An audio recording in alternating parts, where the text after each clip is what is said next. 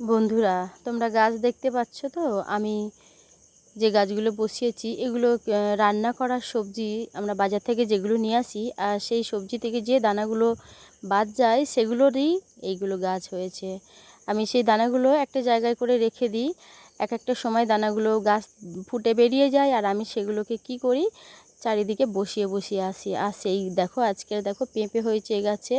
এখানে আরও ছোট ছোট পেঁপে গাছ হয়েছে, সেগুলোতেও পেঁপে ধরেছে। এখানে আরও অনেক রকমের ফুল গাছের ডাল আমি কেটে বসিয়েছিলাম।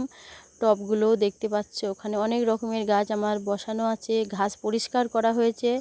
আর সত্যি আমি দানাগুলো কিনে আনিনি, আমরা যে সবজিগুলো এনে খাই সেই সবজিরই দানা।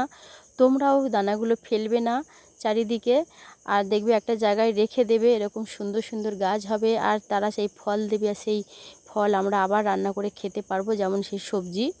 তো আমি এখানে একটা গাছ তোমাদেরকে দেখাই, দেখো বেগুন ধরেছে, দেখেছো? দুটো বেগুন হয়েছে, এই সাইডে আরেকটা হয়েছে। গাছে আবার পোকাও লেগে যাচ্ছে। অন্য ভিডিওয় তোমাদের সাথে আবার দেখা হচ্ছে। বাই।